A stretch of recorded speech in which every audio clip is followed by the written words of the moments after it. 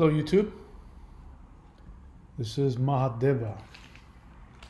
Alright, so I'm coming on a little late for today and I'm a little sleepy, so we'll see what comes out of this. But I wanted to talk about what is different about what it is that we're doing here on this channel, or what is there's a lot of things we do differently. What are one of the things that we are doing differently on this channel than on many other places in today's world? So I have been, as you know, recently focused a lot on creating the Maoshan University, which is going to be here at thunderwizard.com. So if you're new to the channel, the links are what this place is all about. So go to thunderwizard.com, click around and see what is available for you to learn. The highest level of practice that I am teaching is this whole link, maoshan.thunderwizard.com. But the thunderwizard.com is going to be the Shamanism University. It is the Shamanism University, but I'm expanding it.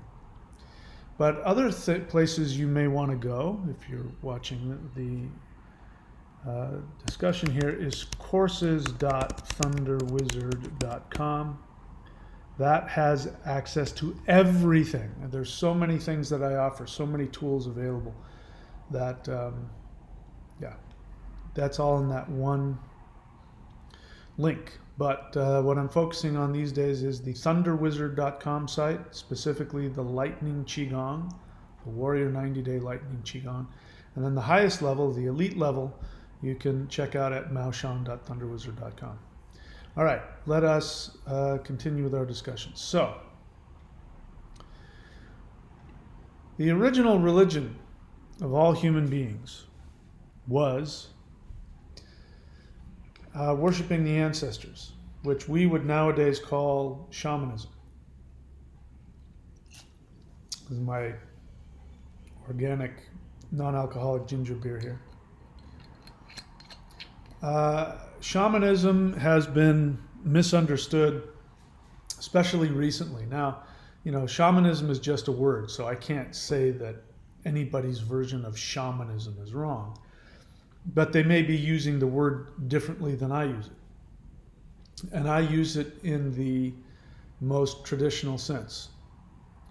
The history of the word shaman comes from the Siberian indigenous religion of Tengerism, and a shaman was a priest, and a priest in the Tengerist religion, or priestess, was somebody who channeled the deities, who had the ability to give messages from the ancestors, from the gods, communicate with nature, do healing through the act of shamanic channeling and communication, finding out what is wrong with the body and fixing it. And I'm going to talk about that, healing.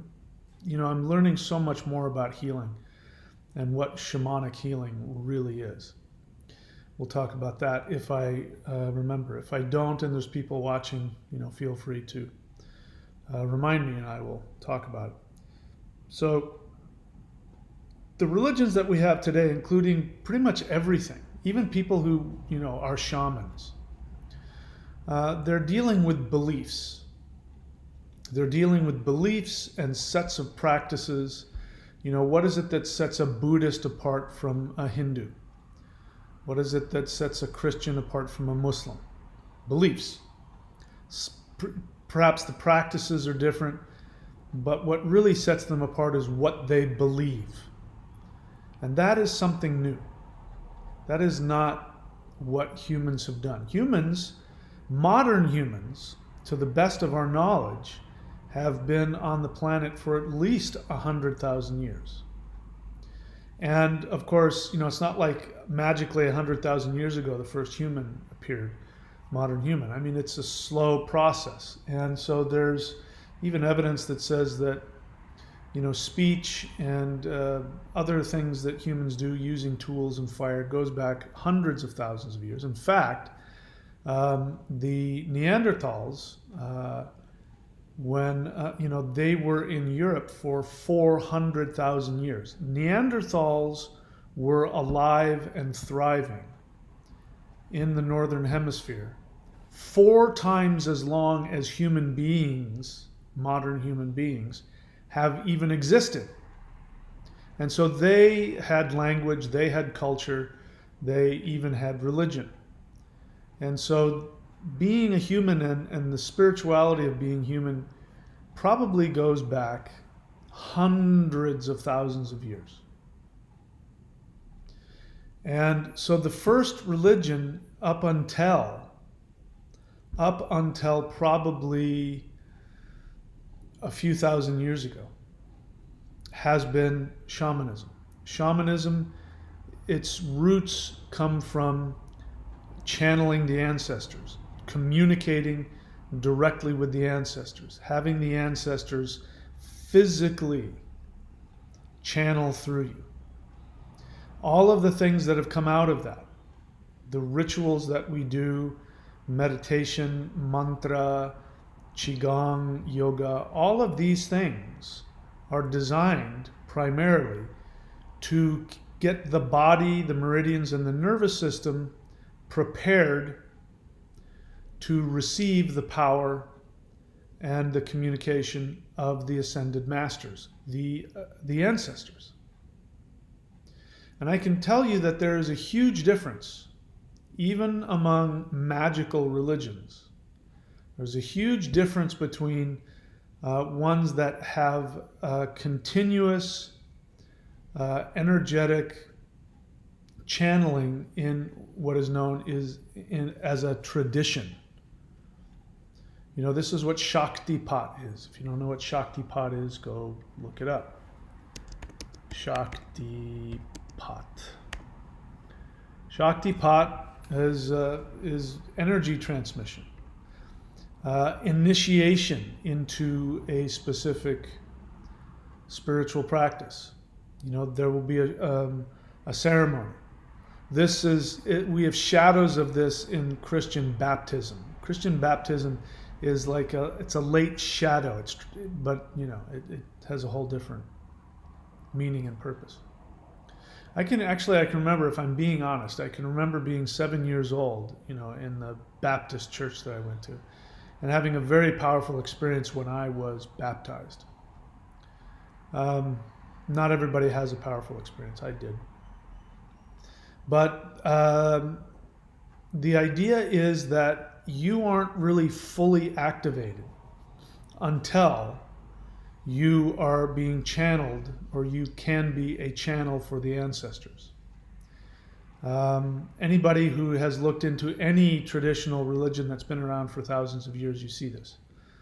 When I trained in Yoruba drumming, West African drumming, and it was just commonplace. People flopping around on the floor, people going into trance, being mounted by the gods, all kinds of stuff that's weird and crazy to us Westerners. It was just normal stuff.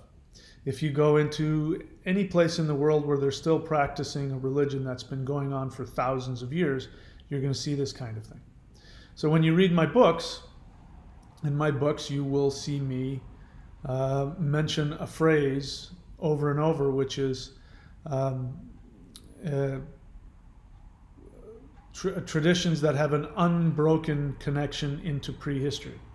I repeat that over and over again to separate it from modern New Age religions, even modern magical traditions. Anything that's been created after the advent of Christianity goes into the category, that doesn't fall into the category of traditions that have an unbroken history unbroken connection into prehistory. Because in all of those, there will be a tradition that you become initiated into.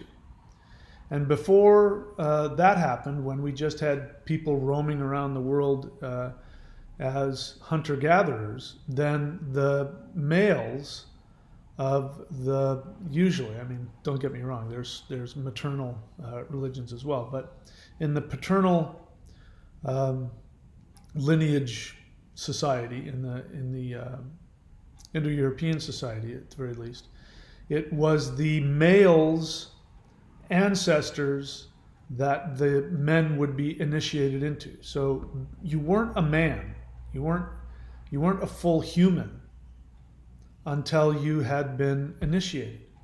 And you would have been initiated by your father or your uncle or somebody like that, some paternal relative, and they would do a ritual and they would channel the ancestors, and you would be filled, connected to the power of the ancestors. This is what naming ceremonies are. You give somebody a name. That name now gives you, you become man. You become fully human. So man is translated as divine mind, and that is what we used to call humans. In Indo-European religions, that, a human, a man. You were man. We now use the word man to mean adult male, but that's been changed because of how paternal society has changed things around. But it still has that same idea that he's a man, he's an adult. But man used to mean both men and women. It meant you were fully activated as an adult. You were no longer just this little this little primate running around. You're now man. You now have divine mind. And this was the goal. This is what Christianity and Abrahamic monotheism is trying to hint at when they say that man is made in God's image. That's a holdover from the original religion where human beings become this new creature called man. You become connected to the ancestors. So not too long ago, I put a video up on YouTube, which, to be honest, is not something that should have been put up, because this was a very powerful practice that really you should be initiated into because of how powerful it is. And that's this. It's a video. It's on YouTube. It's free.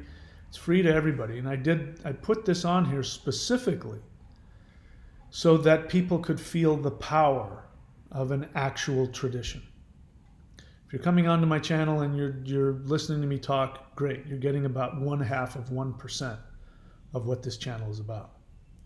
If you're watching the videos and you're listening to me and maybe you're doing a couple of meditations, great. Now you're up to 5%. 100% of the power is going to come when you have a direct connection to the immortals, to the ancestors. So that's what this is. And I forget what it's called. There it is, Warrior 90-Day Light Nichigan, Awakening the Immortal. So I take you step by step. You don't have to memorize it now. You can go watch it. But I take you step by step into a practice that will connect you directly to the ascended masters. And as I said, all of the other energy practices are either preliminary practices or they're actual practices that connect you. So what I mean by that is like yoga, tai chi, most qigong. These are actually preliminary practices that are there to empower the nervous system and the meridians to be able to handle the kind of stuff you get when you do this practice. And this practice would have been and is part of the Maoshan tradition that I'm teaching here, the maoshan.thunderwizard.com.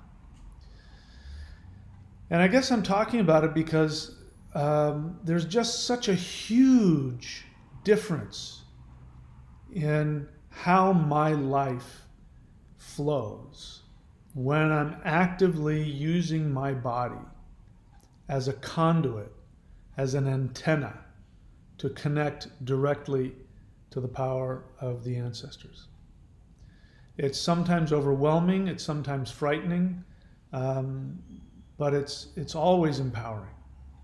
And so pretty much I would say everything that passes itself off as a spiritual practice, as a religion, at best is teaching you how to get yourself prepared for the real deal, the real thing. And this has nothing to do with belief. You know, in the Christian religion, you believe, you make an intellectual assessment. You choose to believe that Jesus died on the cross for your sins and he has forgiven your sins, and therefore you have to believe that. If you don't believe that, then nothing happens, according to the religion. It's all an intellectual idea. But working with the ancestors is not an intellectual idea. It's a physical thing. You know, if you have a relationship with your wife or your friends or your parents or your kids, that's not an intellectual thing. Their existence is not predicated on your belief of them. They exist independently, and you interact with them. The ancestors are this way also.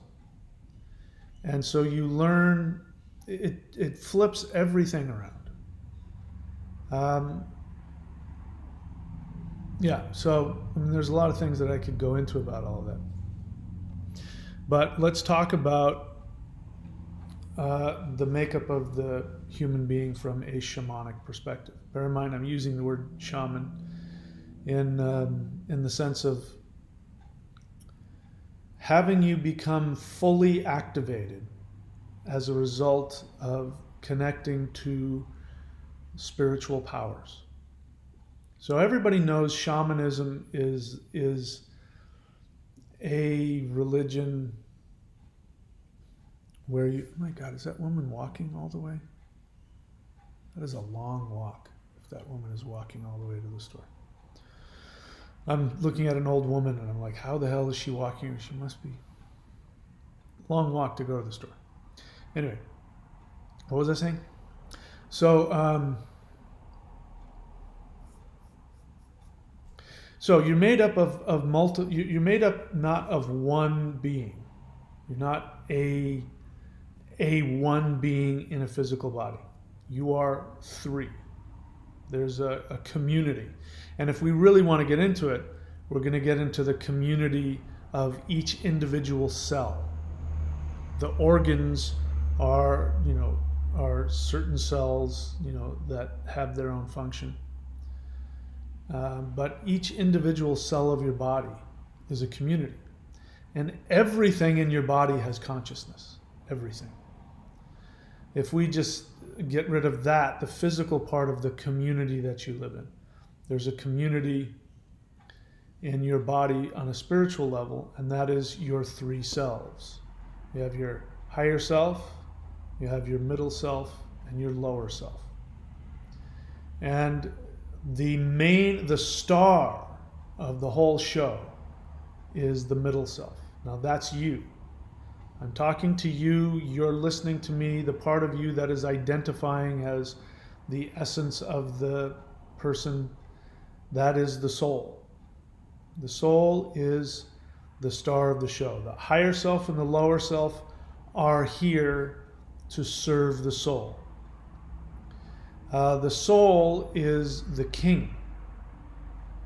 So if your soul is not in control, if your soul is not running the show, then you're going to have chaos.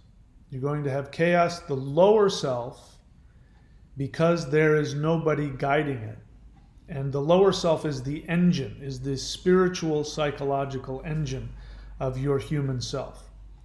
Your lower self is the part of you that creates everything in your universe. In fact, it creates the whole world.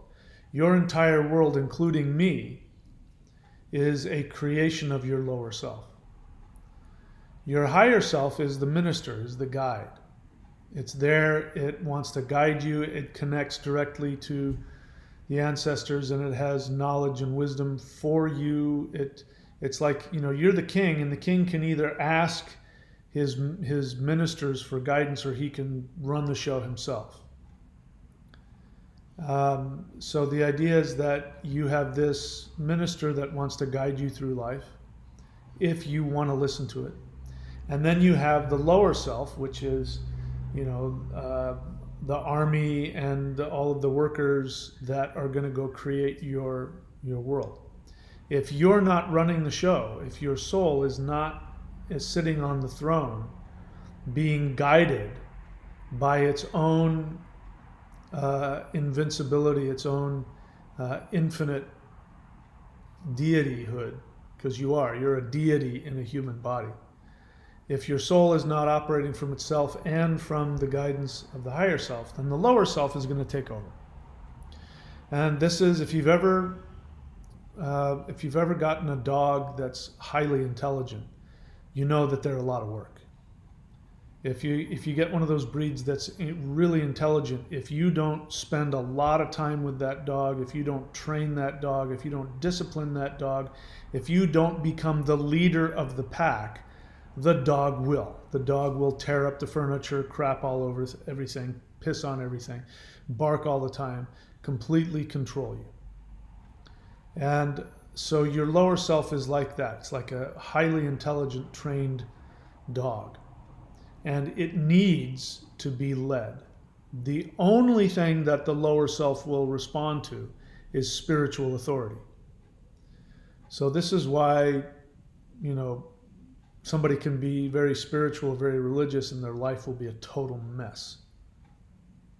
Because they're not operating from the true authority. They don't have enough authority in them to get their trained dog to follow orders. So when we do practices that connect directly to the ancestors, you then become fully activated. You have this chakra system. You have 7 chakras, which are not what people think they are. I've talked about that a bunch of different times. You have the meridian system, that they use in Chinese medicine. And you have this nervous system, and these nerve channels that run through your body. All of these things serve to do more. Like your nervous system is here to do more than just send signals to and from the brain. The nervous system is part of the antenna that the soul uses in order to reintegrate itself. Your soul is living in a 3-dimensional virtual reality. Soul is living in a 3-dimensional virtual reality, and imagine that virtual reality machine if it wasn't working. Imagine trying to, you can't see anything. You're looking through the goggles, you're tapping on it, and nothing's happening, or the picture's fuzzy, or you're not getting a clear idea. It wouldn't be a fun game. Many people, maybe I could venture to say most people, are like that. They just kind of stumble through life not really seeing or knowing what the hell's going on. Because your nervous system is acting as an antenna for this physical world and the spiritual. And when all these things light up, then the virtual reality is clear. You understand how everything works, and you have the ability, like in a virtual reality game, to decide where you're going to go and what you're going to do and all that kind of stuff. So let's talk about healing, because part of shamanism is healing. And if you've ever looked into shamanic healing, it's very different. It's very different even from spiritual healings like traditional Chinese medicine, which is shamanic in nature because it uses the 5 elements and it's looking for balance, all that kind of stuff. And they take into account the emotions. So the emotions play a big part. Western medicine, because of monotheism, because of Christianity, modern medicine today does not acknowledge the emotions. But what if I were to tell you that your conscious and unconscious emotional states are 100% responsible for all of your physical health? And that medicine is really only dealing with symptoms. And there's nothing wrong with dealing with symptoms, so don't get me wrong, I'm not trying to minimize it. But that's really all it does. It's just there to help you monitor the symptoms and to cure that. But from a shamanic perspective, everything is a result of your interaction with your emotions. And I'm thinking, specifically, shamanic healing, they may do herbs, shamans may do herbs, but mostly they do rituals. And the shamans will go into trance and to try and understand what is happening. And very often they'll come back and give you some kind of prescription of what's happening with you. Your soul is disconnected. Something like that. So there's that whole soul retrieval.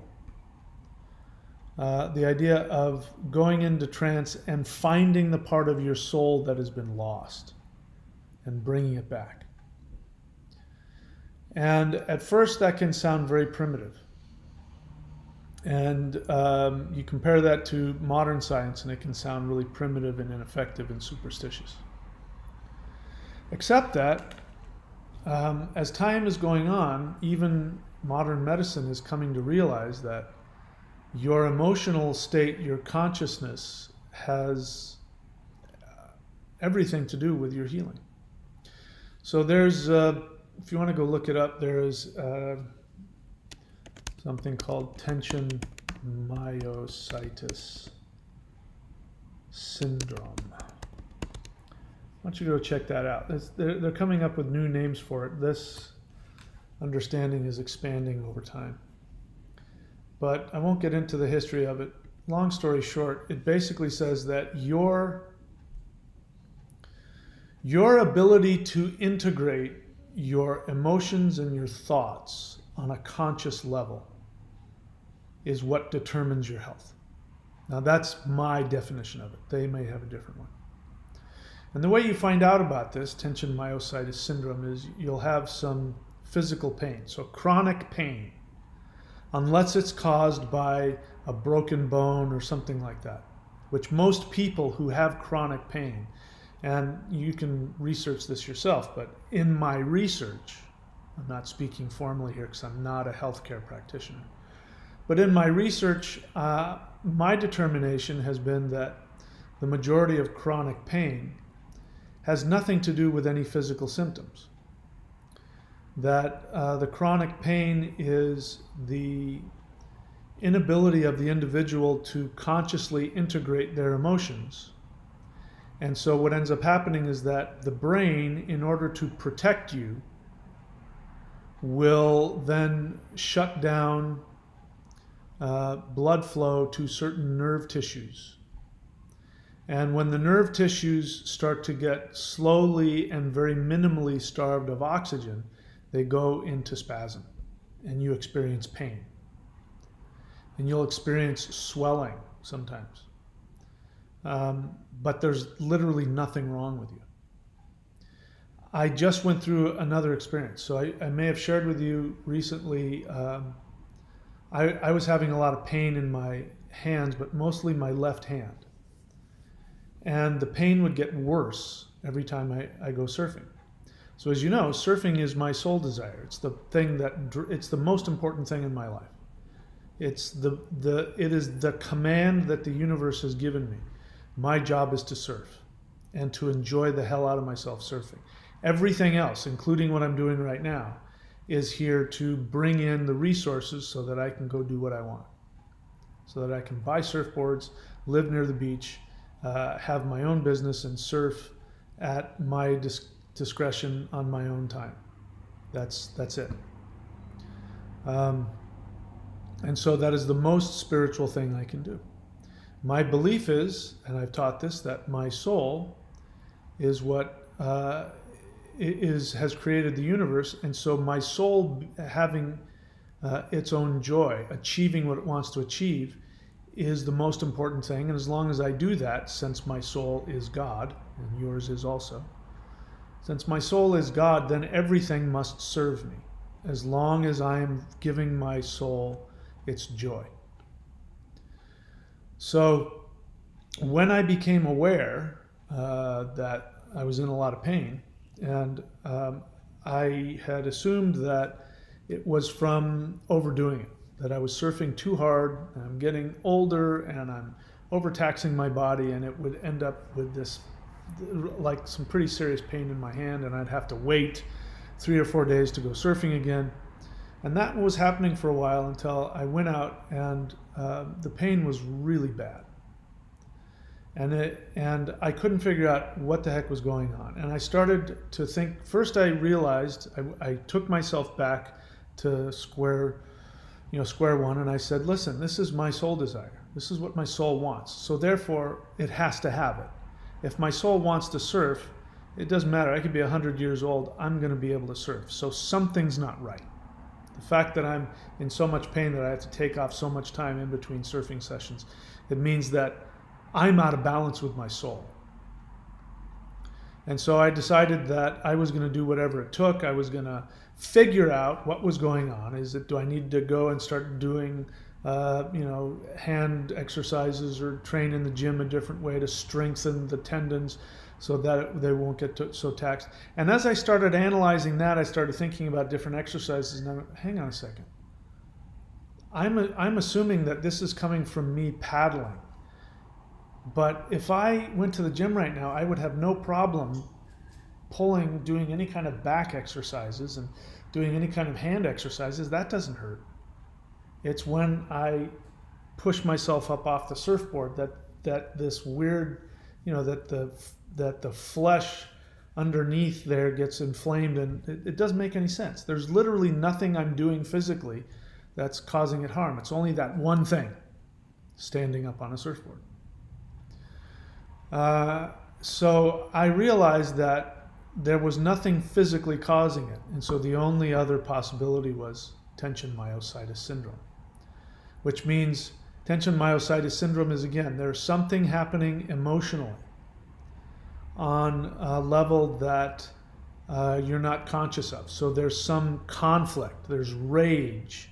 You're in conflict with yourself about something on an unconscious level, which then is manifesting in the physical body because the brain is shutting off oxygen flow to certain nerve tissues to distract you from the emotional pain.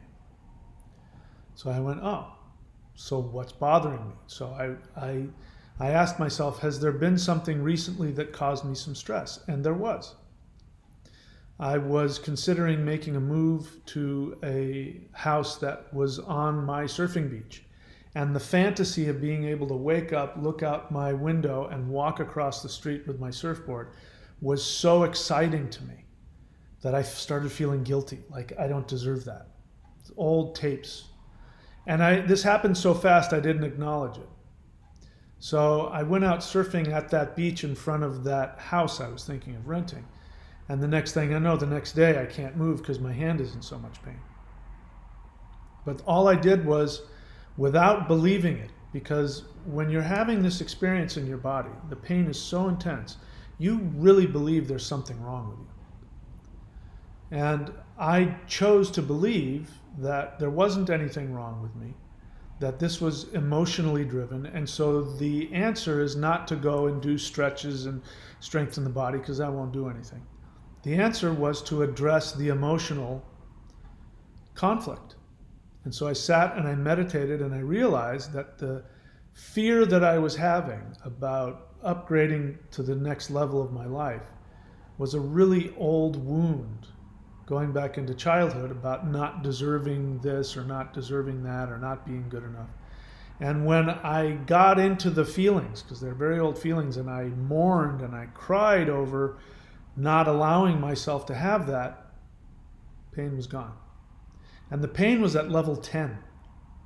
Went from 10 to first to like 2 and then 1, and now it's down to 0. And that shouldn't have happened. That's impossible. Impossible. Some other things I won't get into, some other things stimulated me, and I started having knee pain in my right knee. Now, throughout my whole marriage, it was my left knee. My whole left knee was swollen. I've come to realize that if I get pain, sciatic pain in my left side of my body, my knee, it's because I feel like somebody's holding me back. And I'm in conflict about that. I'm angry. This is what it was like when I was in my marriage. I was living a life that wasn't mine, trying to please somebody else, feeling that it was my job to throw my life away and live for her. And doing that was very damaging to me to such a degree that my whole left knee swelled up like a grapefruit or a watermelon. It was just huge. And I couldn't walk. Doctors were telling me, oh, you've got this problem and that problem, et cetera, et cetera. But once I acknowledged that I wasn't living the life that I wanted to live, and I started doing it, the pain completely disappeared. So my right knee starts, just last week, starts swelling up and getting painful. It's like, wow, what is going on here? Well, I had some more work to do. I had some more work to do about issues having to do with my childhood and the abuse that I suffered as a kid. And I was still feeling unworthy, feeling that I didn't deserve the best in life. I didn't deserve this. It started because I went and bought myself a really fancy surfboard. And as I'm in the store looking at the surfboard, and I'm making the decision that even though I feel like, gosh, I don't deserve this, which is ridiculous. Well, still waiting for somebody, my ex-wife or my mom, to come around the corner and say, what are you doing spending all that money? You don't need that. You have surfboards already. So I knowingly, pushed against that. But then my knee started swelling up. And I realized that it had a lot to do with abuse I went through as a kid. Not being allowed to have good things, not being allowed to have what I want, not being allowed to have something fancy because it'll draw attention and making other people feel bad, and competition with my siblings and all that kind of stuff. And when I went back to listening, asking my knee, what the hell's going on? Why are you so upset? And realizing that it had to do with that, and then going back in time and mourning over that experience of a little kid who should be able to just have fun and be himself, being shamed out of just enjoying life. And I mourned over that, and I got past the anger, and I got to the sadness, and then boom, pain all gone. Within minutes. We're talking about a knee that was swollen that I was having a hard time walking on. From that to nothing within minutes. This is what shamanic healing is about. This is what soul retrieval is about. You're going and seeking after getting that piece of the soul that is, quote, lost. That's all that it is. And what would you do if you knew heart disease, cholesterol, cancer, skin diseases, of course, chronic pain, lower back pain, joint pain, tendonitis, even other health issues? What would you do if you knew that all of those things were a result of unconscious conflict within yourself? It means you're not integrated. You're fighting with yourself. Your soul wants to do one thing, your psyche is telling you to do something else, and the conflict of that creates rage, which the brain says, let's not deal with this. Here's another good one, carpal tunnel syndrome. When I was having the pain in my hand, I started thinking maybe I had carpal tunnel syndrome.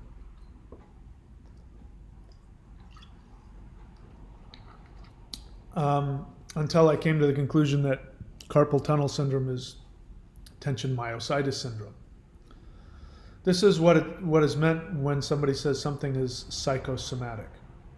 It doesn't mean that the pain isn't there. It doesn't mean that there isn't real structural pain happening. It means that the pain isn't coming from some kind of structural abnormality. It's coming from the brain shutting down oxygen flow to those specific nerves. Lower back, money. Carpal tunnel syndrome. Who are the people that get carpal tunnel syndrome? The people who get carpal tunnel syndrome are the people who, because of their work, should have the strongest, most dexterous fingers in existence. Because all they're doing is typing. The people who get carpal tunnel syndrome are people who type. It's not going to cause carpal tunnel syndrome. There's not enough stress going on. There's not enough movement going on to cause that kind of damage. It's not possible. It's just physically not possible. And the ironic thing is that who are the people that get this? People who have data entry jobs. Name one person who has this menial job doing data entry 8 hours a day. Name one person who absolutely loves that job and loves the amount of money they get.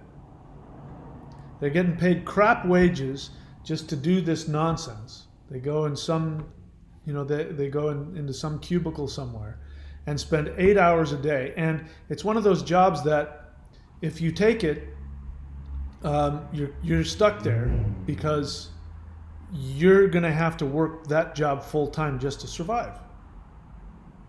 So you won't have time to go do anything else or have another business or anything like that. You're going to be stuck at that job, which creates this cycle of you have to go to work because if you don't work, you won't make any money, and then you have this conflict. And I mean, I've done those kinds of things before. I remember I did a delivery job when I was in my 30s, which meant I sat in my truck every day and drove around delivering stuff. And I had lower back pain. I had like really bad lower back pain. And I did things like get all these pillows and do all this kind of stuff to, get my back up and get my back functioning. And, but there's nothing sitting in a comfortable chair in a car is not going to cause you back problems. There's nothing about that causes that. I hated my job. I hated it. I thought I was stuck. I was poor. I hated it. So I'm learning for myself in ways that that shouldn't be possible. Just first acknowledging that, hey, this isn't happening physically. There's nothing I'm doing structurally that's causing this damage. So this is emotional. Let's stop thinking about this altogether and start focusing on the things I'm not doing for myself, the things I'm struggling with.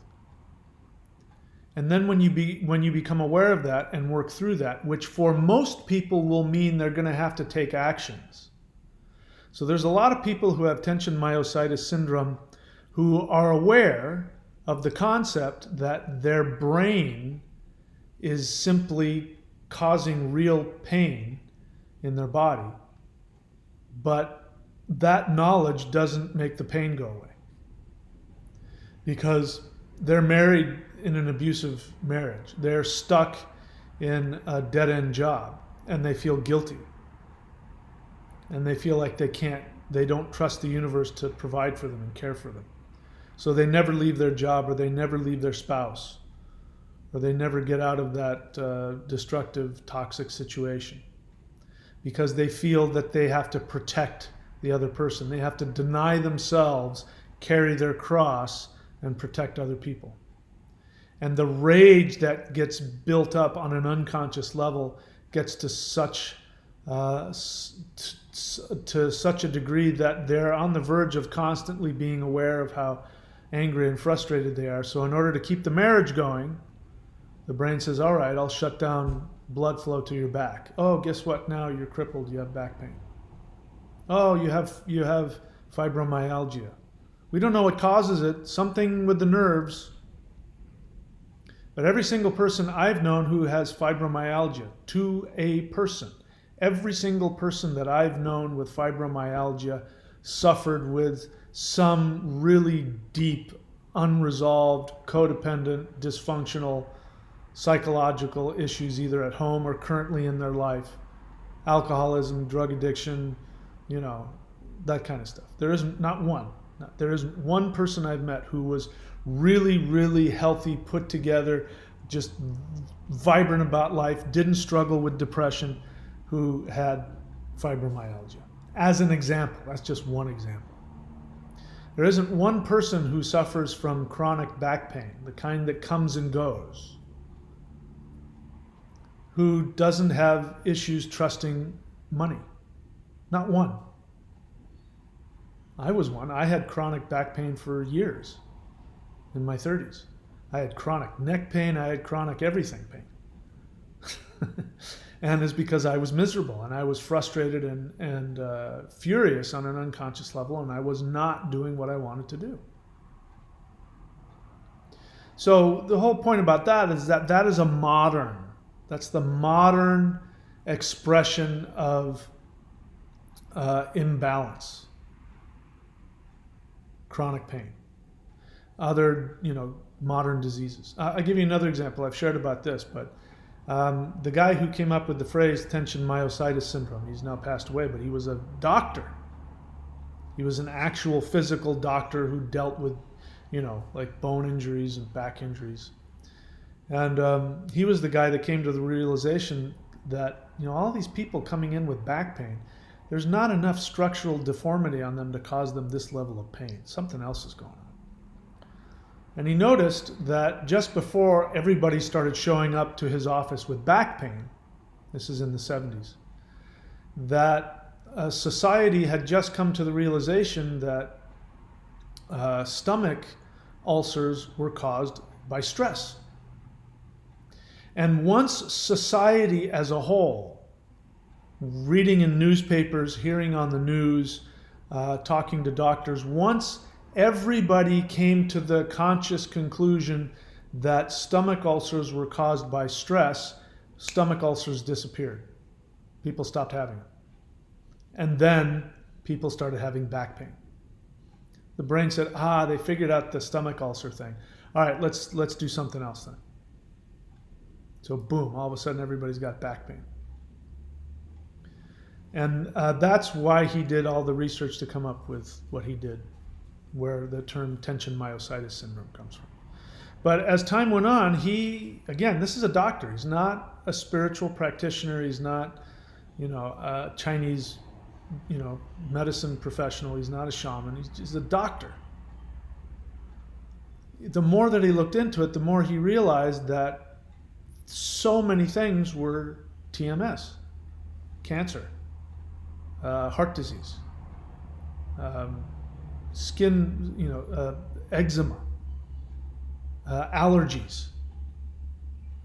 That people this is documented, by the way, scientifically documented. People with multiple personalities.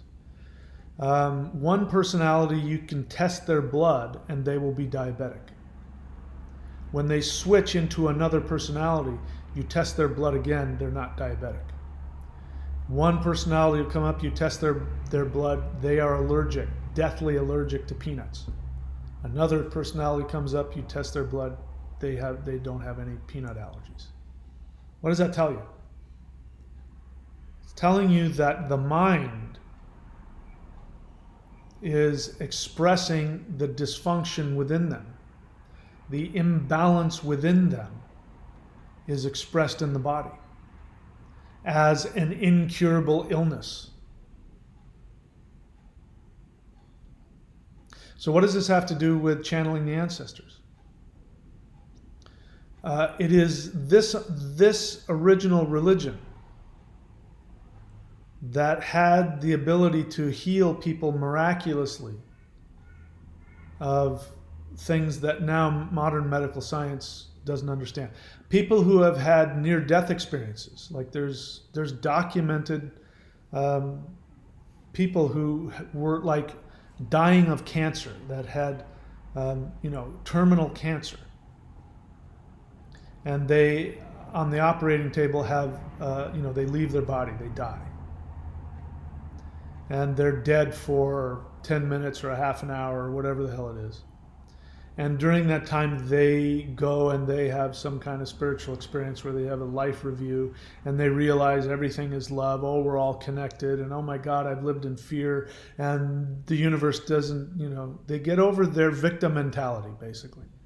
They come back into their body. They have a different understanding of how the universe works. And boom, the cancer is completely gone. There's like no sign of it. Where did the cancer go? And they say, oh, I realized that life is actually different than I thought. So I'm not going to have cancer anymore. I'm going to be healthy for the rest of my life. And they live to be old and they die of natural causes. What is that all about? Your mind is that powerful. But instead of getting lost in where most people go, when you talk about mind over matter, which is where most people go who talk about The Secret or those kinds of new agey things. It doesn't work. It's not just about using your mind to overcome your body. That's not how it works. You actually have to get in balance. You actually have to become aware of your psychological issues. You have to become aware of what your soul wants and how you are doing something else in an attempt to get love from other people. Another thing he said is that people who get tension myositis syndrome are people who are perfectionistic and are trying to be good, which is a fancy way of saying they're codependent. They're living for other people. They're trying to make other people happy. They don't see value in themselves. Their value comes from what they do for others or how others view them. So all of this stuff you're seeing up here and at the thunderwizard.com, people who are doing the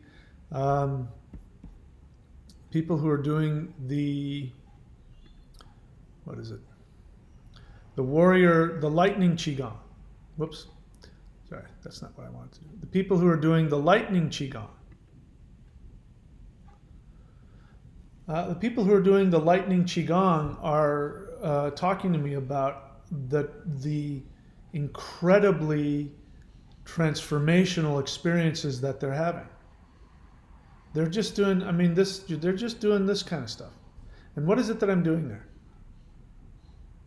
Why is just doing that movement? What is it about doing that movement that is going to have such a powerful shift on the body? Because the difference between this stuff that I teach you here and maybe some, quote, lower level stuff that doesn't put you in such a transformational experience, the difference is that if you stimulate different nerves and different energy meridians, these start to unlock the ability of your soul to interface with your nervous system and use it as an antenna to connect directly to the ancestors. The ancestors live. The ancestors, the ascended masters, the gods, the elves, the spirits, the angels, I don't care what word you use. They live in a spiritual state of perfection. They don't live in a human body where you can have all of these, dualistic, multiple things going on and being disconnected, having your soul, quote, fragment. They live in a state of purity. And so if you want to interact with them, just by interacting with them, you're going to have to drop all of your self-created blocks, divisions, illusions.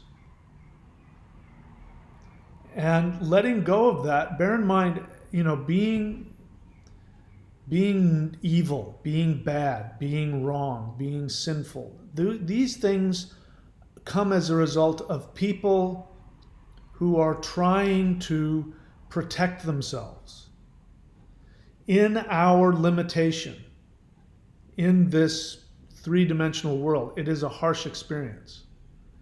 And so in order to survive, we come up with survival strategies. When those survival strategies do not help us unify and connect to the spiritual realm, you end up with chaos. You end up with dysfunctional relationships. You end up in poverty, misery, physical, emotional, psychological dysfunction, disease, ill health, unhappiness. It has nothing to do with being bad. It just means that you have a self-defense mechanism that doesn't work. It's an inaccurate strategy. It ends up fragmenting you instead of unifying you.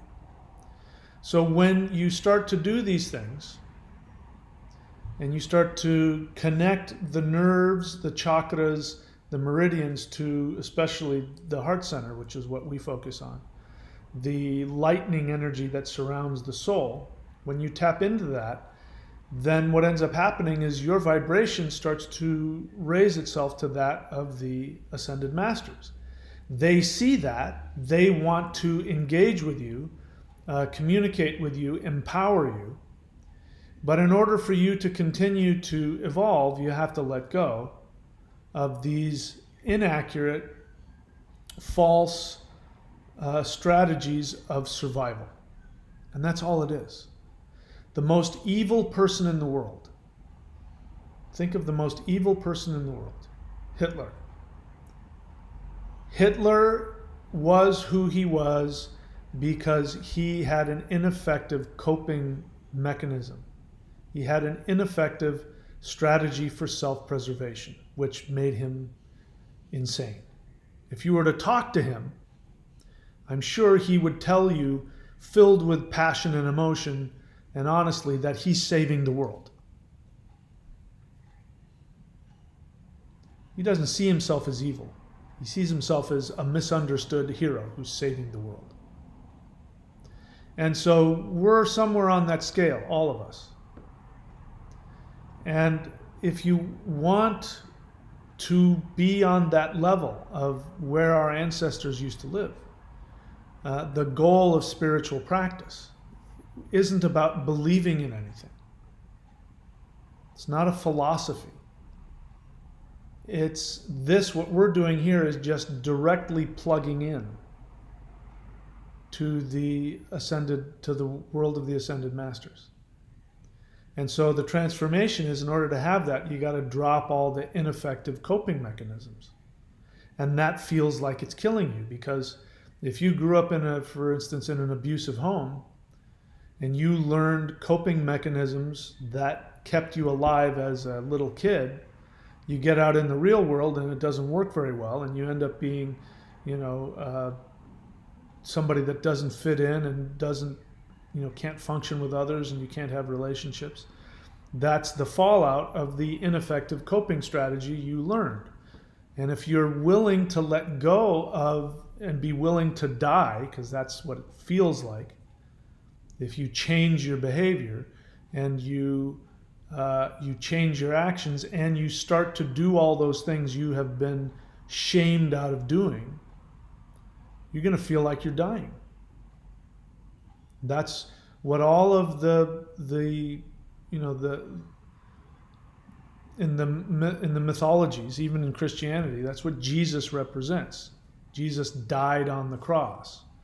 Odin died on the tree of life. Prometheus died. Even Loki is sacrificed under the earth. These are all symbols of us dying to our ineffective coping strategies and feeling like we're dying in order to reunify, reintegrate ourselves and become on the level of the ascended masters. So, I just wanted to throw that out and talk about that a little bit. I'm happy to take any questions if there are any. Let's see, who do we got on here? We've got, I don't know how many people we got watching here. 29 people according to this. So let's see. Jedi Black Knight has a question, and he says, do you know if eczema and high blood pressure have any connection with emotional issues? So let me be clear. I am not a professional.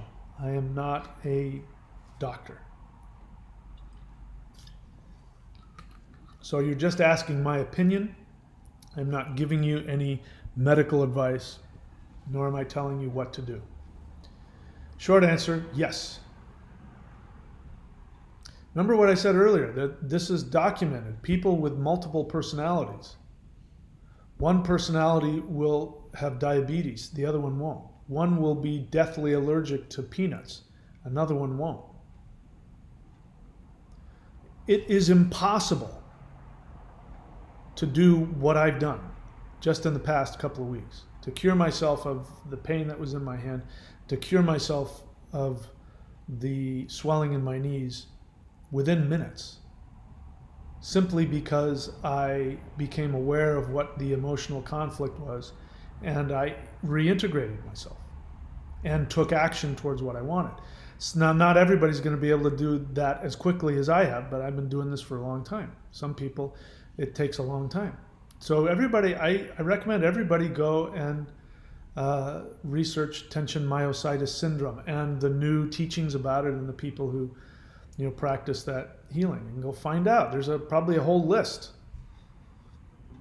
The guy who came up with that wrote a book, I think, called The Mind-Body Prescription, I think is what it was called. And he has a list of things that he's come to realize are tension myositis syndrome, including cancer, eczema, high blood pressure. So the short answer is yeah. Those are physical expressions. Remember, the brain has the ability to regulate all this stuff, regulate blood pressure. The brain can send signals so that the skin starts to erupt and gets really, itchy and red. The brain has the ability to create allergic reactions to things. I'm not saying it's not an either or. It doesn't mean that somebody who has a peanut allergy should start eating peanuts. I'm not saying that. But yeah, short answer is yeah. Eczema and high blood pressure are signs of tension myositis syndrome. Means that there's something you're upset about. And it could be very, very ancient. It could be something from childhood. And it could be something really innocuous. Yeah, it really have to go inward. This is why I think everybody should be in some kind of, you can't do it alone. You got to have a mentor, you got to have a teacher, you got to have a psychologist, find a 12-step group. There's got to be something. We've got a bunch of people, a bunch of brain surgeons trying to do brain surgery on themselves. This isn't normal. This isn't how we're supposed to live. We're supposed to interact with each other. And we're supposed to have people we go to help us through things, which is why I offer apprenticeship. It's really all I do. I might be teaching you this stuff, I might be teaching you all kinds of things, but those things are all excuses for our brains to help you have somebody bounce off and give you the truth about yourself from my perspective. Timothy Zoll, question, have you heard of terminal lucidity? No. I have no idea what that means. Again, ask me about things I teach. Jameson, question, why does the denial of spiritual truths bother one so much? I don't know. Is that one you? I don't know who you're talking about. The denial of spiritual truths bothered me, you? I don't know who you're talking about. The same way you've said your emotional attachments to flat earth are more important than truth, I feel. So I'm not really clear on your question. I'd like to answer it, but I don't get it. So if you can find a way to rephrase it so I can understand it, I'll be happy to answer it. Jameson, honest feeling. I worry that allowing others who are in a position to affect the lives of indigenous to continue their attachment to secular delusion, I'm contributing to the erasure of people. Again, I'm not clear. You're not being clear. At least I'm not picking up the feeling. I'm not sure what you're saying here. Allowing others who are in a position to affect the lives of indigenous. All right, so if I'm understanding you correctly, maybe I'm not. I have some thoughts.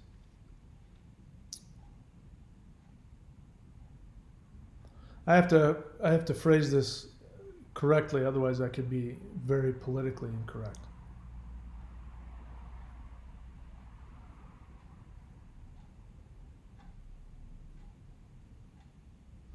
Um, I guess I'll talk about a culture that no longer exists.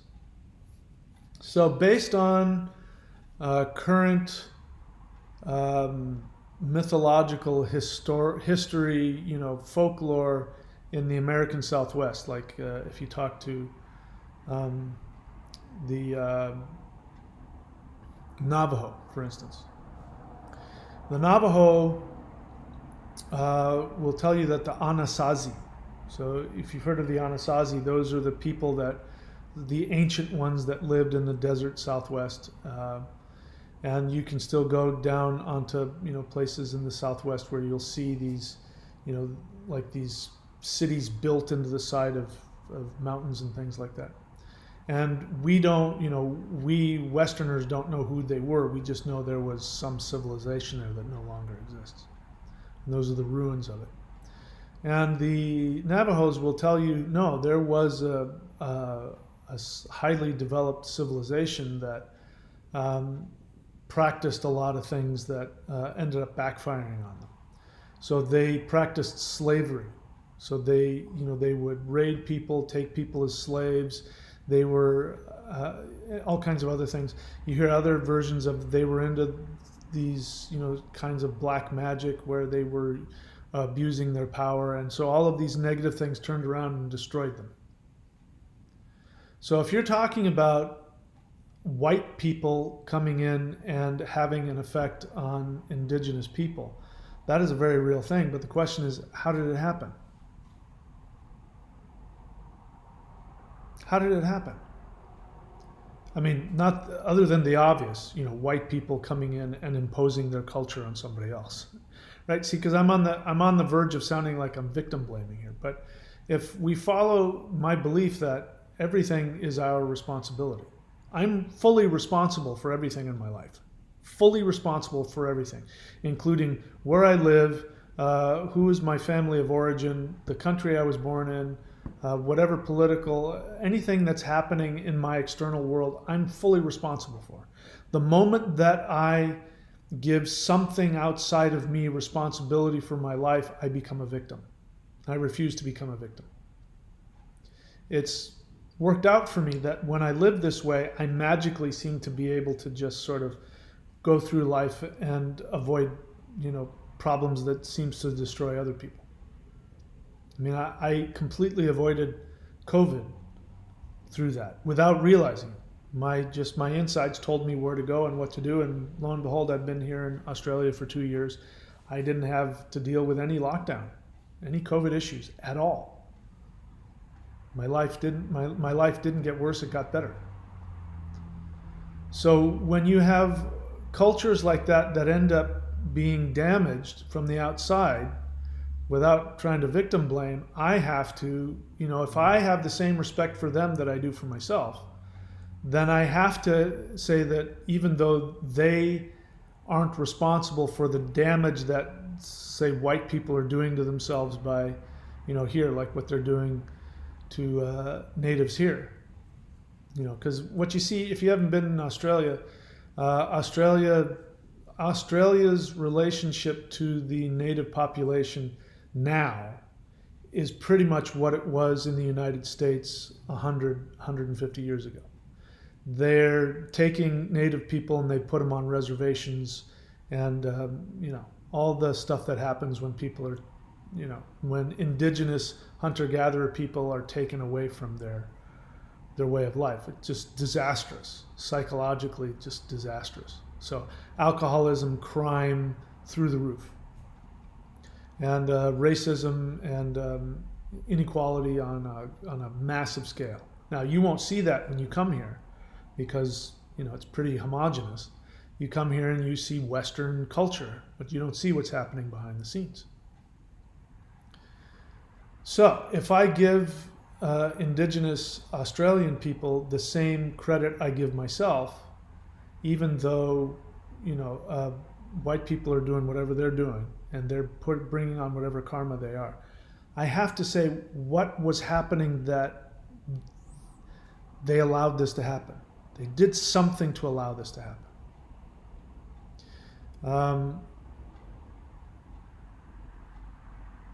Yeah.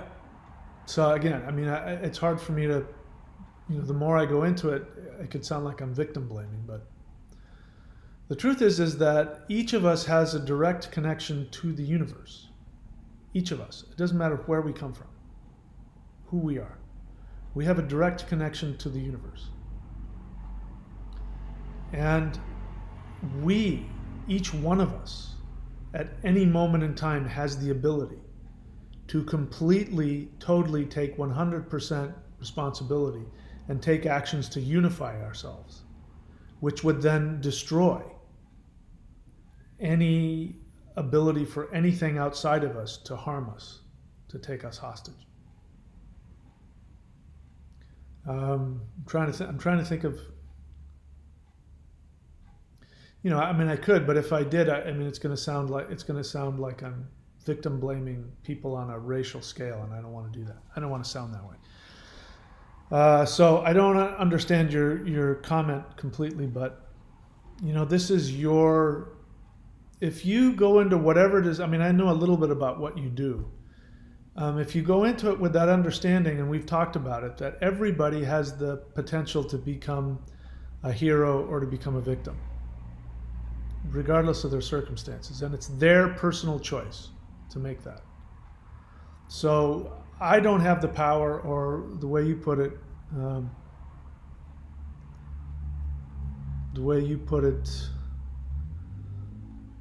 I worry that allowing others who are in a position to affect the lives of indigenous people to continue their attachment to their secular delusion, I'm contributing to the you're not that powerful. You're not that powerful. First off, you can't save them. I'm not going on any kind of political activism to save the indigenous people of Australia. It's not my job to do that. It's each one of our own jobs to save ourselves.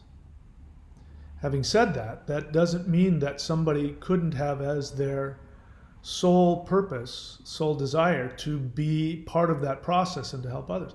It's sort of like the movie Dances with Wolves. When that movie first came out, it was being hailed as this really powerful movie that was done in concert with Native Americans and really empowered Native American reality and blah, blah, blah. And so it was being touted that. And then I went and saw it. And I was a younger guy, and I saw it, and like everybody in the movie theater, I was completely there when Kevin Costner character says, looking back on it now, I laugh because it's so demeaning. But he's saying to all of the Native Americans who are saying, "What's going on? What's all these white people coming? And we're going to be okay. We fought them off before. We'll do it again." And he says, "No, you won't fight these ones off. They're more than you can count." And then some I don't know, some bad white guys show up, and there's this shootout and a fight, and Kevin Costner, of course, kills a couple of them, and they go running off, and so he's talking to them, and they're he's telling them, I think somebody says something like, "How can you do that to your own kind?" or "Why aren't you with your own kind?" or something, and he says, "Those people, those white men, those were bad people. They deserve to die. I was happy to kill them." And everybody watching is like, "Yes, I'm not like those other white people. I'm different. I'm like Kevin Costner. I would run around and put feathers in my hair too. I'm not like them." But it's so demeaning. There's another part where Kevin Costner helps them because some other tribe is coming after the Sioux, and they're outnumbered. So he goes and digs up all of his guns and comes back and gives them guns, right? And then he trains them how to use the guns. And so there's this older native guy, and one of the other bad native guys comes around the tree and he clocks him on the side of the head with the butt of the gun. And then Kevin Costner comes around and takes the gun out of his hand, turns it around and says, "Use this end," or something like that. Like, "You stupid, dumb native, shoot him." which assumes that just because he's native, he's so stupid he doesn't know how to use a gun, or he can't figure it out, within 5 or 10 minutes, like every other person on the planet. And then at the end of the film, where of course in that he only ends up marrying another white girl. He can't fall in love with a Sioux girl and marry her. He has to fall in love with the only white chick in the tribe and marry her. And they go off together, off in the sunset. And at the very end of the movie, the Sioux brave is on top of the escarpment, and he's saying, "My name is Wind in His Hair, and don't you know that I am friends with Dances with Wolves, and don't you know I am your best friend?" And everybody in the audience is crying. "Oh, yes, I'm like that guy. I'm not like those other horrible. I'm a good white guy." Even though as the white guy's going back into his white society and he's leaving the natives, to fend for themselves. And he taught them everything. And still the movie is about the hero white guy who teaches the poor stupid natives how to, it's just so racist. It's reverse racism. It's only dealing with people's, projections of themselves. I remember in the 70s, growing up in the 70s, if you remember Roots, right? I remember as a little kid, having watched Roots, I wanted to walk up to every black person and say, "I'm actually a good person. I would never have slaves." It's just so racist. You're not seeing anybody as equals. So that isn't to say that there isn't injustice and there isn't things that we can do and there isn't something we can do to help Indigenous people, but everybody has the power within themselves to take care of themselves. It's their job. They have to do it. Jameson, you're not powerful enough to be the one to either hurt or damage it. It's what you learn. If you're drawn to be an activist, to work, to help Native people, you do it for yourself. You do it for your own empowerment, because they have to empower themselves. That same thing, what's interesting is that to my knowledge, among all the Native tribes in the United States, the Hopis are among the only tribes that still live in their same location. They weren't carted off onto a reservation. And it's part of it is because they saw this coming. They knew the white man was coming, and they knew what it meant, and they have a really powerful, really unifying understanding. Their religion is still unaffected. Their traditions are unaffected. They have their own nation still in the same place that they've always been. And I have to attribute that to them, their sense of self. Other tribes, like the Sioux, for example, who suffered a lot at the hands of white men, they had some really nasty practices. They were slave traders. They were really abusive. Not every single one, but there's no shortage of other tribes talking about the Sioux coming in, taking over their land, enslaving people, massacring people. Just because it's native on native doesn't change anything. The mindset of whoever did that shows their dysfunction. So they bring it on themselves. Now, if I start talking about that, more and more people, I'm going to start sounding like I'm victim blaming, and it'll sound racist. I don't mean it that way. I could go into, the reason why white people are so racist is because they suffered horrifically at the hands of the Romans for hundreds of years. And the people who suffered the most, who had the most difficult time integrating, were the Germanic people. The Germanic people were the most uneducated, the most indigenous. We think of Germanic people, white people, people from British, English, Germany, things like. We see them now as the cream of the crop in terms of, Western civilization. But 2,000 years ago, those were the most primitive people on the planet. They lived in a swamp, and they didn't understand the concept of money. 2,000 years ago, the people who are running the world's banks didn't understand the concept of money. And they were enslaved. They were taken as slaves. They were used as human shields. They were given treaties. The treaties were broken. They were horrifically manhandled by the Romans. So who ends up being the most racist people on the planet? The people who 2,000 years ago suffered the most, who were targeted because of their white skin and their light eyes, who were called names because of it. Roman women used to bleach their hair blonde so they looked like the enchanted Germanic slave girl. Everything's flipped on top of itself. And the ironic thing is the people that were enslaved the most and treated the crappiest are the ones that rose to power and ended up taking over the world. Then they became the abusers, and guess what's going to happen if white people keep doing it? Whoever is on the bottom is going to end up running the show.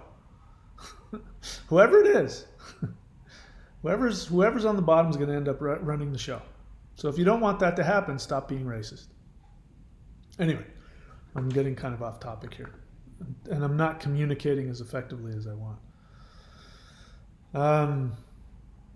So it's all up. Every single person on the planet, no matter where they are. Oh, I was going to talk about the natives of the Andaman Islands. They're the smartest people on the planet. If you don't know about them, I think it's the Andaman Islands. There's one island in the Indian Ocean that has native people who are still living in Stone Age times. They've had contact with the outside world, but just because they see people, in boats and they shoot arrows at everybody. And so it's against the law. It's I think they're part of, India is governing it. It's against the law to contact them. And I think they're one of the last people that live without contact. They're the smartest people in the world because they have the ability, and they've had the ability for the entire length of their existence to keep modern society off of their island. And we could say, no, it's the Indian government that's, but who's got the power to control the Indian government to keep them, to allow them to do that? These guys, they've got some power to them. And they're smart. Because we might look at it and not understand it, but I'm willing to bet from their perspective, they see us as aliens, as demons. That they live in the real world, and there's these demons trying to come in and take their world away. And they're going to do whatever it takes to keep people off of their world. And so if you come by in a boat, they'll kill you. And people will try and connect with them, and they'll bring pigs, and they'll, in order to try and connect, they'll put a pig on shore, and then they'll go back to their boat. And these guys will come out of the forest, they'll take the pig, kill it, dig a hole in the sand and bury the pig and go back into it doesn't make any sense. Why would you do that? Because they're smart. It's like, it's infected with your thing. I'm not going to eat your gift. Your gift is part of you. It has your energy. I don't want it. Don't give me pigs. Get the fuck off my island. They're the smartest people in the world. Everybody has the ability to protect themselves. And it's not the Indian government. It's their unwillingness to be victimized that has protected them. So we can all do that for ourselves. And I'm proving it to myself on a daily basis. I have the power to keep my body completely healthy. Knock on wood. I'm not trying to, I have no idea what's going to happen tomorrow.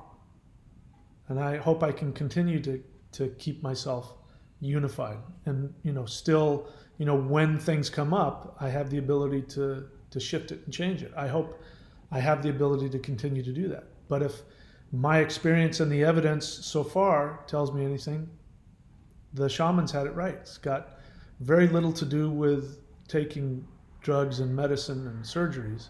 It has everything to do with unifying your soul, doing soul retrieval, bringing your soul in balance and staying connected to the ancestors.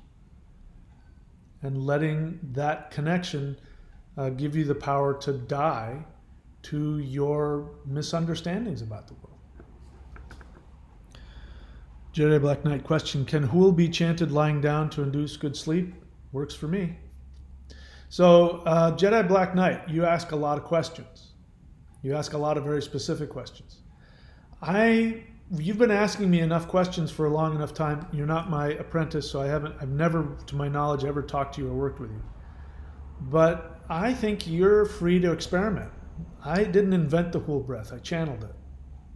So I don't know all the things it can do.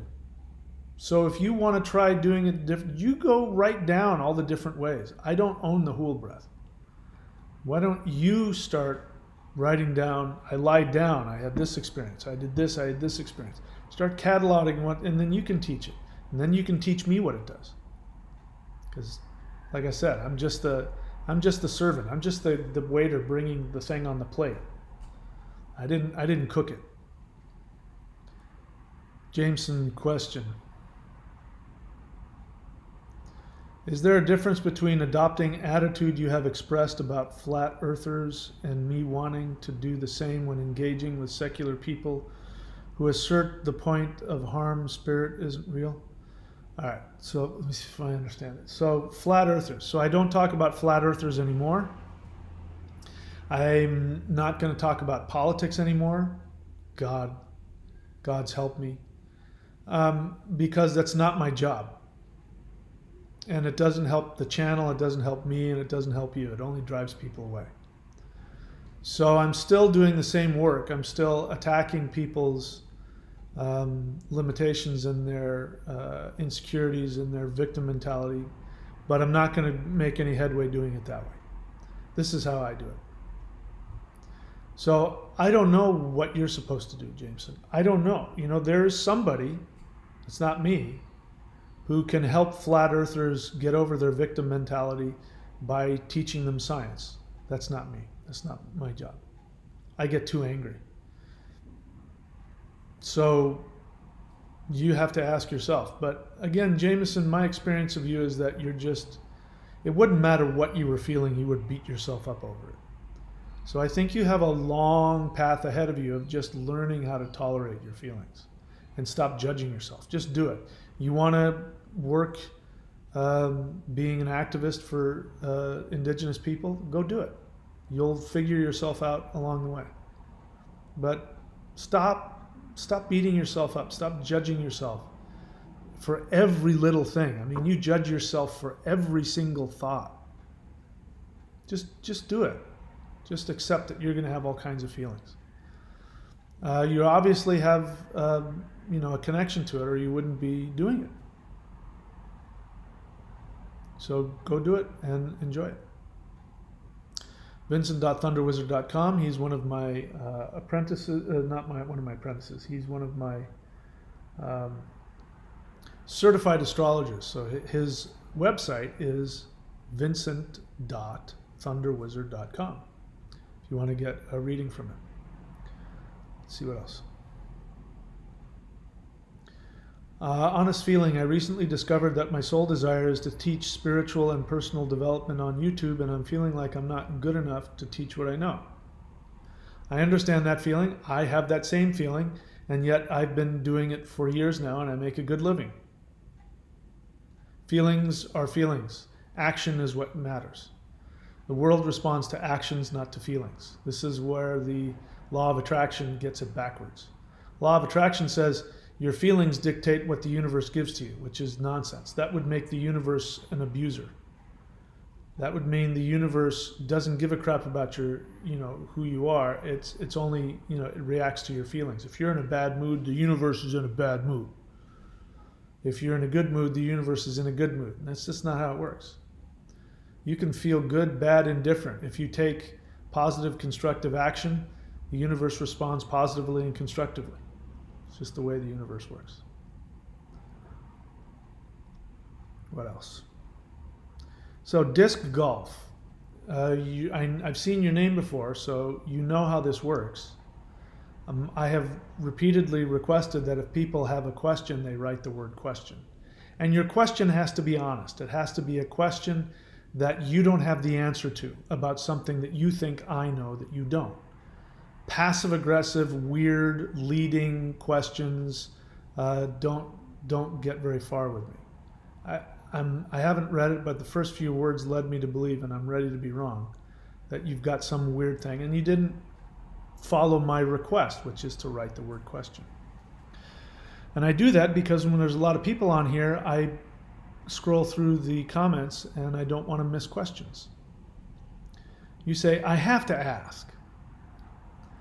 Are you a wizard who's mastered thunder, or are you thunder and manifest appear as a wizard and mastered? I'm going to let you answer that question. What difference does it make? I think you know the answer to the question, but what difference does it make? Why don't you ask me, while we're at it, how big my member is? Or why don't you ask me, how many inches I have around my bicep? What difference does it make? What does that have to do with anything I teach? How does that information help you? If I say to you, yes, I'm a wizard who's mastered thunder, how does that help you better your life? If I say, no, I'm this invisible force of thunder and I've manifested, how does that help you master your life? It's just a detail. Ask me something valuable that will help you live a better life. What else? Oh, he's a flat earther. So, flat earther who can't follow directions, because he's been on my channel, he or she's been on my channel long enough to hear me say, write the word question. So what does that tell you? Two most important things in life, if you want to succeed in life, is to pay attention and put effort. You haven't done either of those things. Your question sounds like somebody who's smoking pot. You're just asking questions about random inanities that have no practical reality. I hope that doesn't sound like a put down, but I'm just saying, no, I understand. Now I get it. Yeah, as a flat earther, that's the kind of thing a flat earther would do. The one guy, I will say this, when I was getting into it with flat earthers, a flat earther came on and wanted to argue about flat earth, and I engaged, and we got into a scientific debate. And at one point I said, this is reality. So either the world is flat or it's not. And he said, I have the right to believe whatever I want. And I said, not when it comes to something like that. You don't have the right to believe that the sun rises in the west and sets in the east, because it doesn't. Your belief doesn't change that objective part of reality. And he got very upset because the whole point of it was that he wanted to have the right to believe in the flat earth, and he was going to defend his right to believe that. And I'm like, why don't we focus on what the truth is? And are you looking to find the truth, or do you just want to believe in something for the sake of believing it? And when you're dealing with somebody that's not even interested in what the truth is, there's no place to go. You're in this weird nebulous place. Your question is just so nebulous. There's no reality to it. So anyway, the earth is flat. I'm assuming that you were being serious. Maybe you're being sarcastic. I don't know. Ryan the Lion, question, what can I do to help bring shaman practices in a humanitarian aid setting? Who said that was your job? I'm not doing that. You, again, ask me about, I'm not doing that. I'm practicing, I'm using the word shamanism, but I'm clearly a modern Western person. But I practice what I call shamanism, which is even the same as what a lot of native shamanic people practice. But what makes you think that that's what you're supposed to do? What can I do to help bring shaman practices in a humanitarian aid setting? It's not your job to do that. This, telling people what to do, or, this is where religion gets it wrong. Telling people what to believe when they haven't asked you is abusive. If you want to be a shaman, be a shaman. If you want to put yourself out there and put the label shaman and say, I do shaman healings, then do that.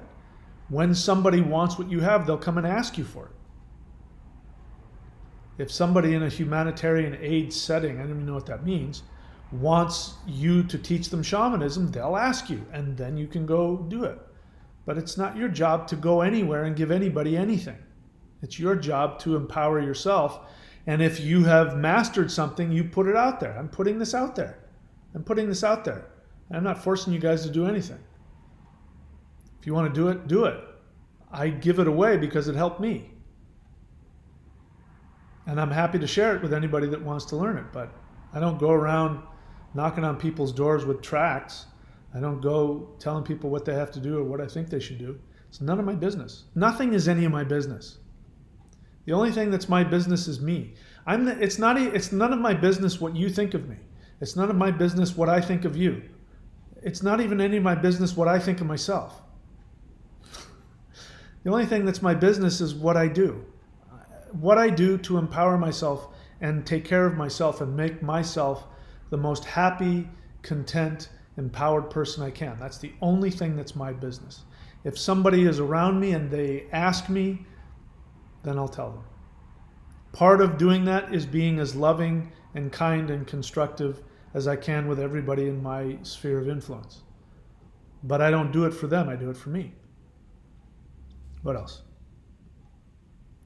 Yeah, disc golf, you're just proving what I just said. You're not interested in objective reality. So disc golf, I don't know you.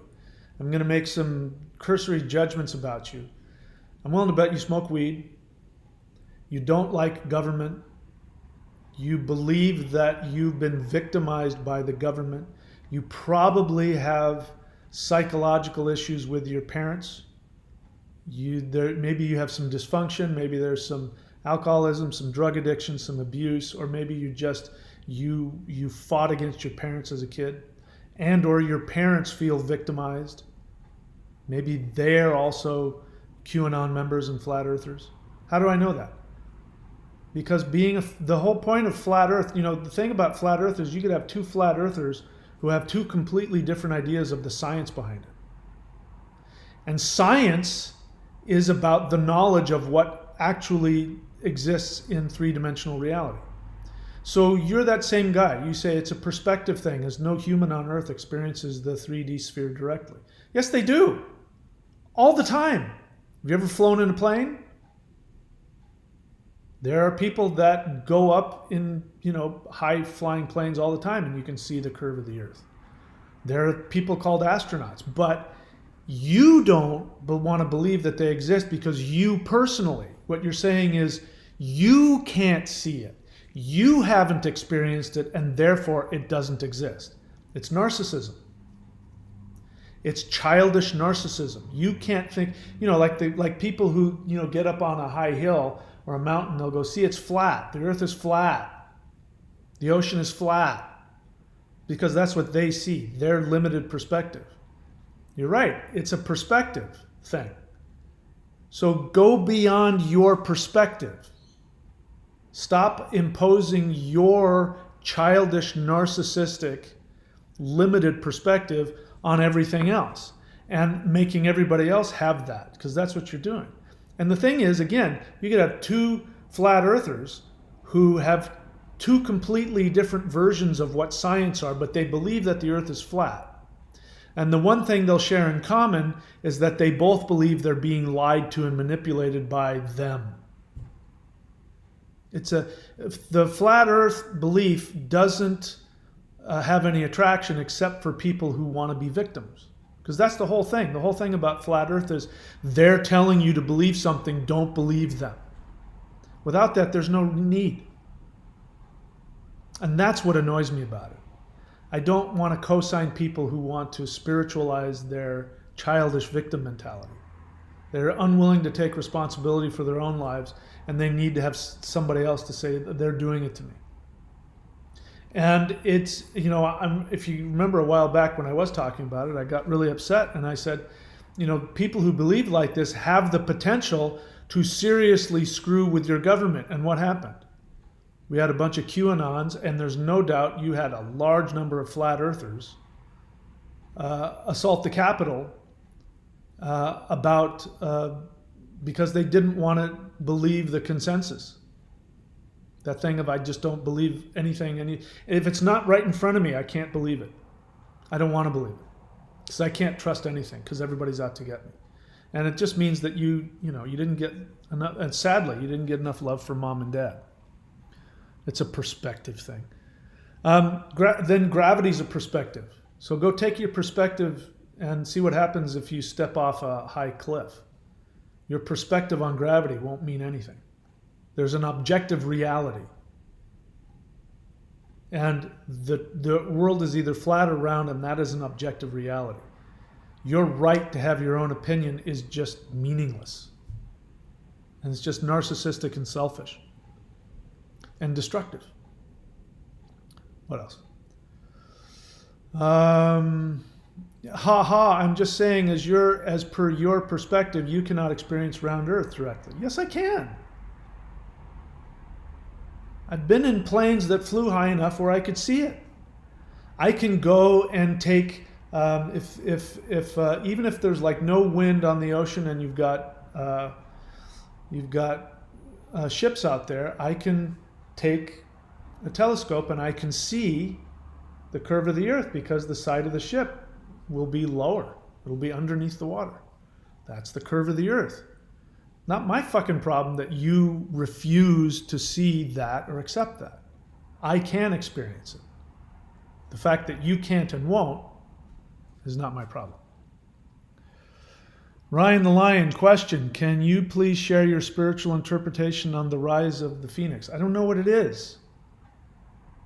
Ask me questions about what I teach. Have you ever heard me use the phrase rise of the Phoenix? Can't tell you something I don't know. What else? Disc golf. Objectively, we are not to... Yeah, whatever. It's just, I'm not even going to waste my time. You have to be a scientist. Disc golf, I'd believe you if you did one thing. If you went to MIT or to Caltech and you became a physicist and you became an astronomer, and then after having gotten your PhD and got into the space program, if then you want to come back and tell me this bullshit, you're going to try and give me some science, which I know you're not a scientist. If you just go on YouTube, just type in flat earth debunked. Easiest thing in the world. You can actually get some real science. So I'm not even going to read your bullshit. In fact, I'm 10 seconds away from blocking you. Altogether. All right. I don't see any more questions, and I did something I said I wouldn't do, which was indulge in fighting with narcissistic children. What else? Yeah, I just have to. I just can't. I can't tolerate. It'll just the temptation to read your bullshit and then comment on it. And all I'm doing is I'm just giving you more negative energy. You want mommy and daddy to be mad at you. That's where you get your narcissistic supply. So I'm going to remove that comment so I don't have to look at it anymore. All right. I don't see any more questions, and I'm obviously past my bedtime because I'm getting cranky. So I'm going to end this here again. Thunderwizard.com. That is the Maoshan University. If you want to learn what we're teaching, go there. All right, disc golf. Now I'm just going to put you in a timeout. Disc golf, you don't pay attention. I've asked you to do things, you don't respond to what I ask you to do. I just find you to be a pain in the ass. So we're going to silence you for today. So thunderwizard.com is the university, and I encourage all of you to go to go to thunderwizard.com, click around for the Warrior 90-Day Challenge and find out about that. The Warrior 90-Day Challenge, the Lightning Qigong, is going to be the Maoshan University. There's going to be some stuff coming up soon which is going to blow your mind if you're doing the work. I'm just going to tweak little things, and you're going to feel the power of it. So stay prepared for that. Maushan.thunderwizard.com. The metal element is going to be released probably within the next week, which means that the price is going to go up, because every time I put an element up, I add to it, I take away some of the savings. So right now there's you're saving hundreds of dollars, but each time I put something up, it goes up. So if you've been waiting around, don't wait any longer, because the price is going to be going up here very soon. For those of you who have already done the wood, I've worked with a couple of you, and you're ready to start working on the metal is on its way. It's going to be here very soon, and you're going to see the difference, the power of the metal element versus the wood element, and how they differ. And again, as I said, if you want to see all the things that I have available, go to courses.thunderwizard.com to see everything that I have available. All right, any last minute things? I got rid of disc golf because he's just being a petulant child and wants to piss me off. Jameson question, the service you provide for career counseling is same for one-to-one general counseling? Yes. So if somebody is an apprentice, it's a great question that you ask that. I give people that discount. An apprentice is paying $100 per private session for however many sessions. If you're not an apprentice, which means that you're not committing over the long haul, then you're going to pay more money for a one-on-one session. And same thing, if apprentices don't show up and they don't, they don't stay committed to their time with me, then I encourage them to get out of the apprenticeship program and to go, and just buy a one-on-one session at their convenience. So to answer your question, yes, if people want a counseling session, they can go to career.thunderwizard.com, scroll to the bottom, and then purchase a session, even if you're not looking for a career consultation, if you just want a one-on-one with me. All right, what else? Anything else? Ryan the Lion says something respectful. I appreciate that. He says, I'll study more on your work and ask you the right questions next time. Thank you. Yeah, you wouldn't walk into a cooking class and ask questions about the science quiz, right? You go in and you ask about the cooking quiz. Ask me about what I teach. What else? That's it. Nothing else. All right, guys. Have a good one, and I shall see you when I see ya. What am I doing here?